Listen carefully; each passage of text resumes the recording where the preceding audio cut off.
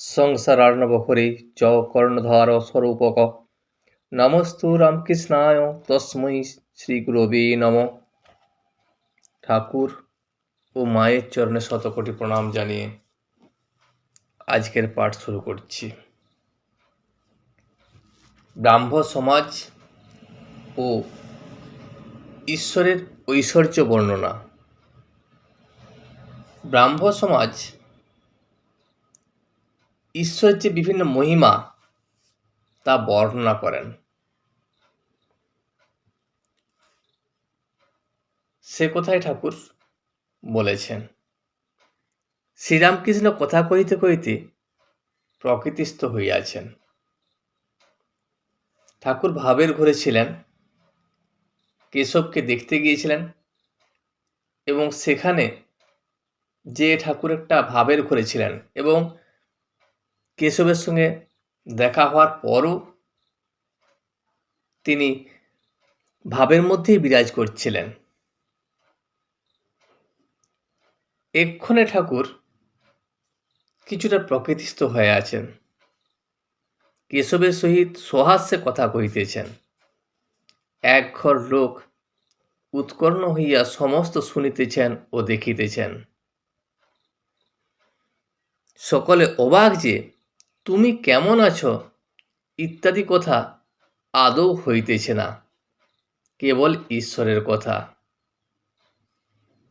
কেশবের শরীর খারাপ বলে ঠাকুর কেশবকে দেখিতে আসিয়াছেন, কিন্তু কেশবের সঙ্গে যখন দেখা হলো ঠাকুরের, তখন ঠাকুর একবার তাহাকে জিজ্ঞাসা করিলেন না, কেশব তুমি কেমন আছো? কেশবের সঙ্গে দেখা হওয়ার পর থেকে ঠাকুরের শুধু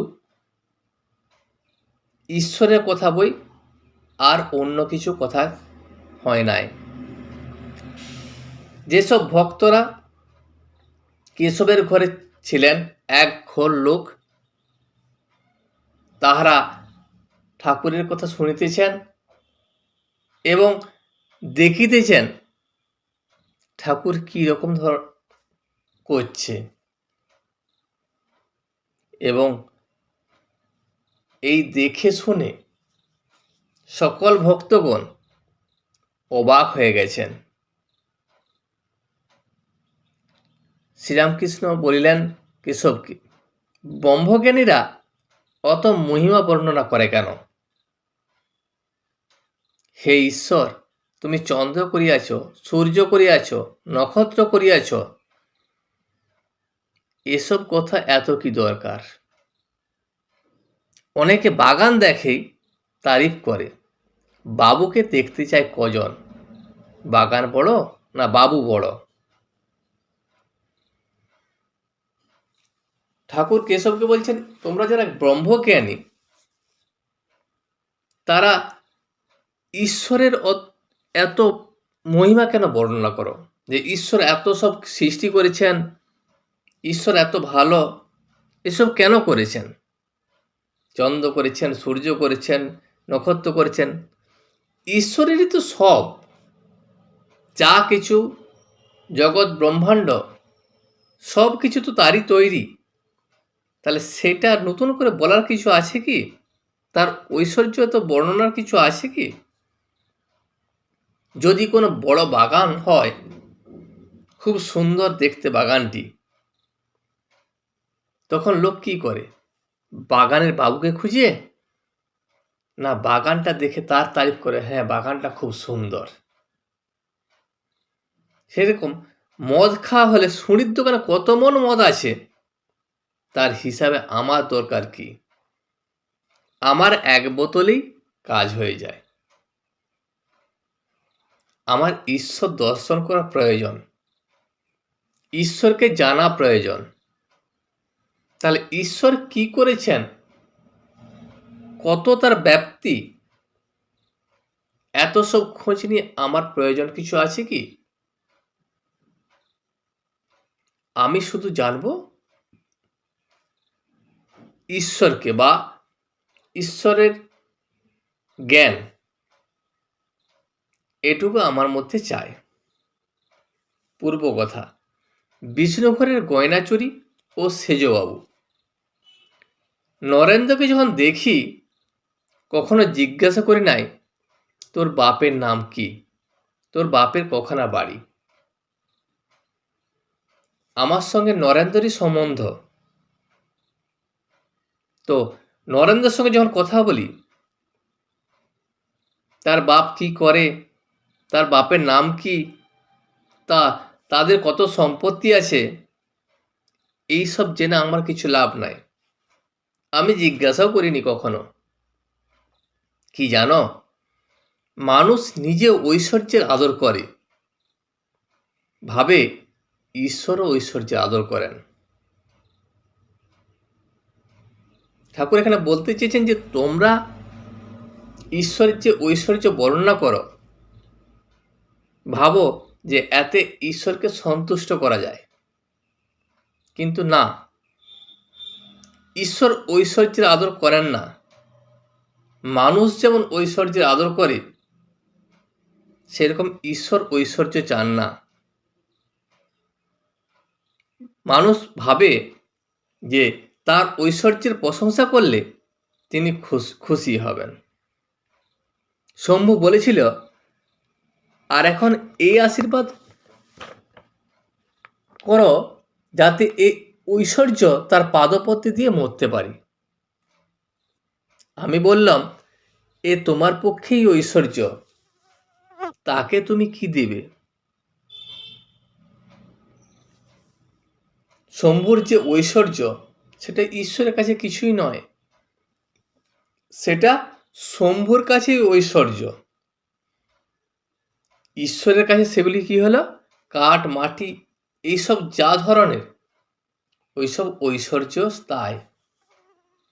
যখন বিষ্ণুপুরের গয়না চুরি গেল, তখন সেজবাবু আর আমি ঠাকুরকে দেখতে গেলাম। সেজবাবু বললে, ধুর ঠাকুর, তোমার কোনো যোগ্যতা নাই, তোমার গা থেকে সব গয়না নিয়ে গেল আর তুমি কিছু করতে পারলে না।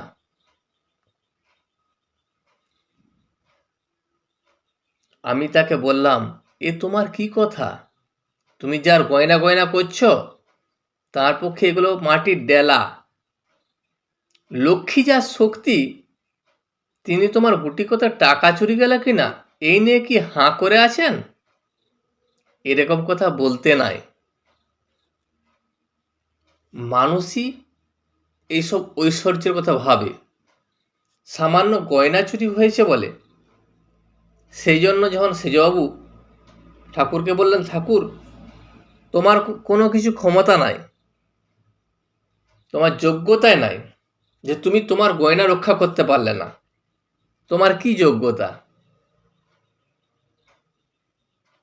তখন ঠাকুর বললেন, না, তোমার কাছে যেটা গয়না বা ঐশ্বর্য মনে হচ্ছে, সেটা ঈশ্বরের কাছে মাটির ডেলার সমান। মাটিও যা, গয়নাও তা। যিনি সমস্ত কিছুর অধিকারী এবং লক্ষ্মী যা শক্তি, সে তো চাইলে এরকম অনেক কিছু পেয়ে যাবে। তাহলে তোমার ওই সামান্য জিনিসে সে কি হাঁ করে বসে থাকবেন? ঈশ্বর কি ঐশ্বর্যের বশ? তিনি ভক্তির বশ। তিনি কি চান? টাকা নয়, ভাব, প্রেম, ভক্তি, বিবেক, বৈরাগ্য, এইসব চান। ঐশ্বর্য দিয়ে ঈশ্বরকে বশ করা যায় না, তাকে বশ করতে হয় ভক্তি দিয়ে, প্রেম দিয়ে। যদি তুমি ভক্তির বশে তাকে বশ করতে পারো, তবেই তিনি বশ হন। টাকা দিয়ে বা ঐশ্বর্য দিয়ে তাকে বশ করা যায় না। ঈশ্বরের স্বরূপ ও উপাসক ভেদ।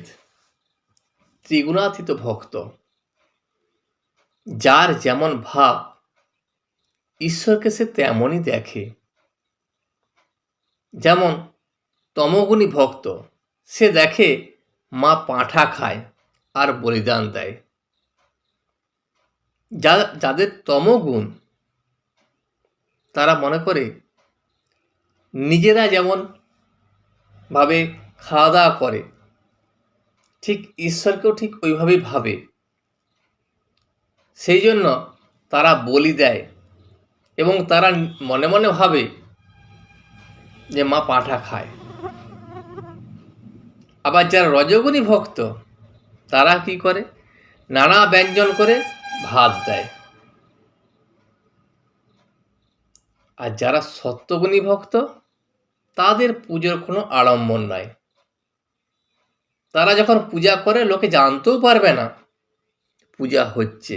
তার ফুল নাই তো বিল্লপত্র গঙ্গা জল দিয়েই পূজা করে, দুটি মুড়কি দিয়ে কি বাতাসা দিয়ে শীতল দেয়, কখনো বা ঠাকুরকে একটু পায়েস রেঁধে দেয়। আর আছে ত্রিগুণাতীত ভক্ত, তার বালকের স্বভাব, ঈশ্বরের নাম করাই তার পূজা, শুদ্ধ তার নাম। যারা ত্রিগুণাতীত ভক্ত তারা তাদের বাহ্যিক দিকে কিছু নাই, তারা না পাঁঠা দেয়, না ফুল দিয়ে পূজা করে, না বিভিন্ন ধরনের খাবার রান্না করে দেয়। তারা শুধু ঈশ্বরের নাম করে, সেটাই তাদের পূজা, সে শুদ্ধ তার নাম। কেশবের সঙ্গে কথা, ঈশ্বরের হাসপাতালে আত্মার চিকিৎসা। শ্রীরামকৃষ্ণ কেশবকে বলিলেন, তোমার অসুখ হয়েছে কেন? তার মানে আছে শরীরের ভিতর দিয়ে অনেক ভাব চলে গেছে, তাই ওই রকম হয়েছে। যখন ভাব হয় তখন কিছু বোঝা যায় না, অনেকদিন পরে শরীরে আঘাত লাগে। আমি দেখেছি বড় জাহাজ গঙ্গা দিয়ে যখন চলে গেল তখন কিছু টের পাওয়া গেল না। ওমা, খানিকক্ষণ পরে দেখি কিনারার উপরে জল ধপাস ধপাস করছে আর তোলপাড় করে দিচ্ছে। হয়তো কিনারা খানিকটা ভেঙে জলে পড়ল। কেশবকে এইবার তিনি বললেন যে এই যে তোমার অসুখ হয়েছে, এই অসুখটার কারণ কিছু তুমি জানো কি?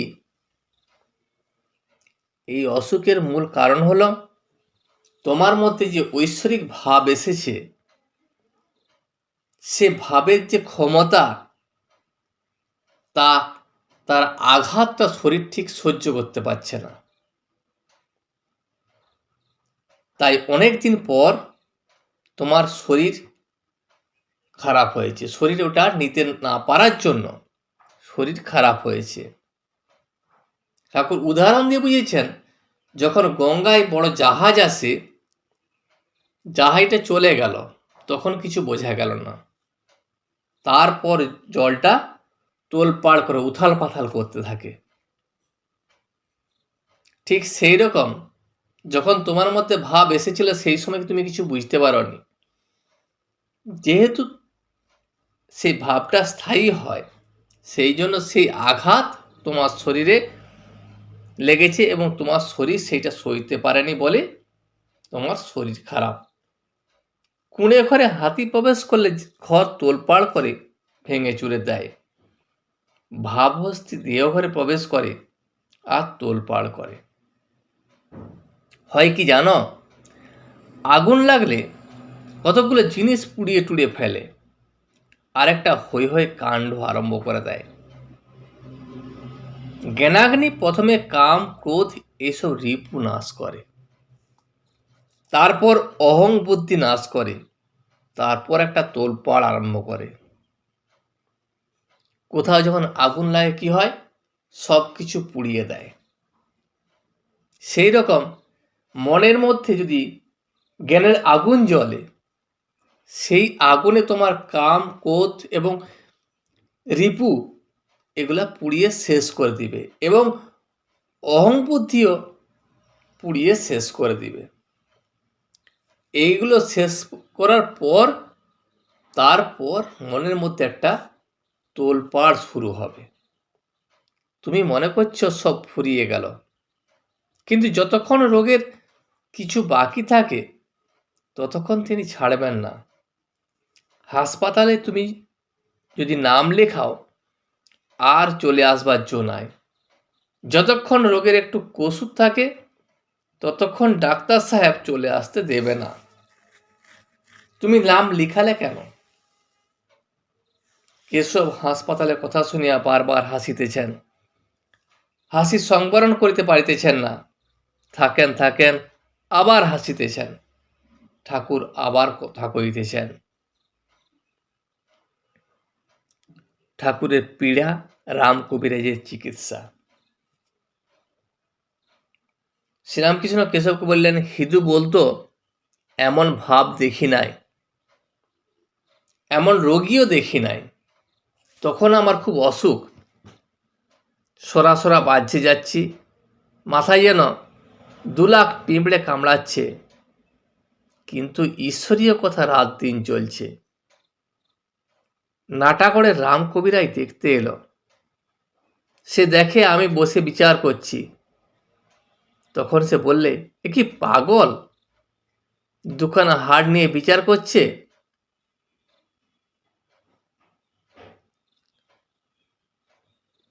তার ইচ্ছা, সকলই তোমারই ইচ্ছা, সকলই তোমারই ইচ্ছা, ইচ্ছাময়ী তারা তুমি, তোমার কর্ম তুমি করো মা, লোকে বলে করিয়া আমি।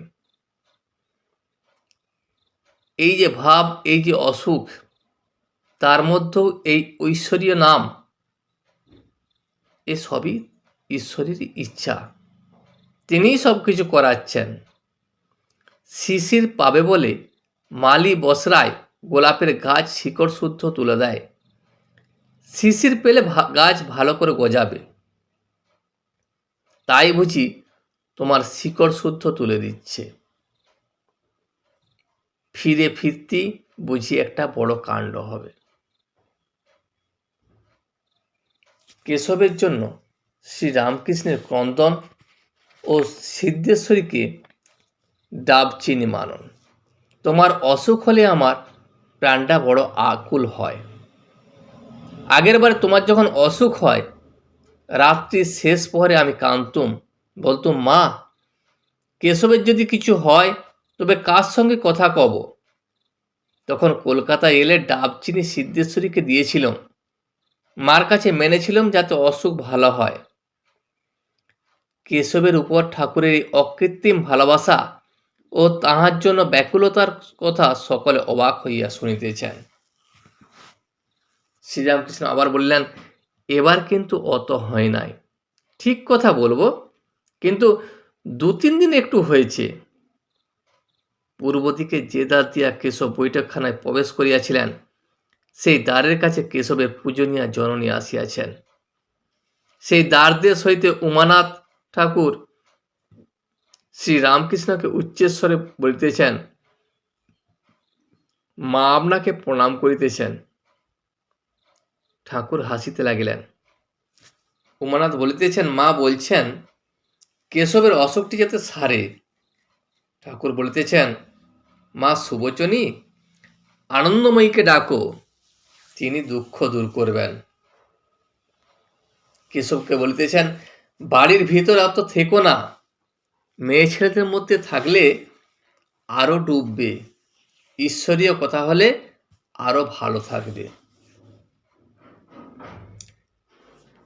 কেশবের মা যখন ঠাকুরকে বললেন যে কেশবের অসুখটি যাতে সেরে যায় তার ব্যবস্থা করবেন, তখন ঠাকুর বললেন, এটা আমি কি করব? তুমি সেই আনন্দময়ীকে ডাকো। সেই আনন্দময়ী মা, তিনি তোমার দুঃখ দূর করবেন। তিনি কেশবের এই অসুখ থেকে উদ্ধার করতে পারেন। আর কেশবকে বলছেন, বাড়িতে মেয়ে ছেলেদের মধ্যে থাকলে তাতে তোমার সাধনায় বিঘ্ন ঘটবে, তুমি আরো নিচে নেমে যাবে। তার থেকে তুমি অন্য জায়গায় থাকো, যেখানে ঈশ্বরীয় কথা হবে, সেখানেই তুমি ভালো থাকবে। গম্ভীরভাবে কথাগুলি বলিয়া আবার বালকের ন্যায় হাসিতেছেন। কেশবকে বলছেন, দেখি তোমার হাত দেখি। ছেলে মানুষের মতো হাত লইয়া যেন ওজন করিতেছেন। অবশেষে বলিতেছেন, না, তোমার হাত হালকা আছে, খলদের হাত ভারী হয়। অর্থাৎ যারা ঈশ্বরীয় সাধনা করে না, যারা ঈশ্বরকে চেনে না, তাদেরকে ঠাকুর খল বলেছেন, এবং তাদের হাত ভারী হবে। যেহেতু কেশব ঈশ্বরীয় চিন্তাভাবনার মধ্যে থাকেন এবং ঈশ্বরীয় কথা আলোচনা করেন, সেই জন্য কেশবের হাত হালকা বলছেন। উমানাথ দ্বারদের সহিত আবার বলিতেছেন, মা বলছেন কেশবকে আশীর্বাদ করুন। ঠাকুর গম্ভীর স্বরে বলিলেন, আমার কি সাধ্য? তিনিই আশীর্বাদ করবেন। তোমার কর্ম তুমি করো মা, লোকে বলে করি আমি। আমি কে? আমি তো তোমাদেরই মতো সাধারণ একজন। তাহলে আমার আশীর্বাদ করার ক্ষমতা কতটুকু? আশীর্বাদ করার যিনি, তিনি আশীর্বাদ করবেন। তুমি তোমার কর্ম করে যাও।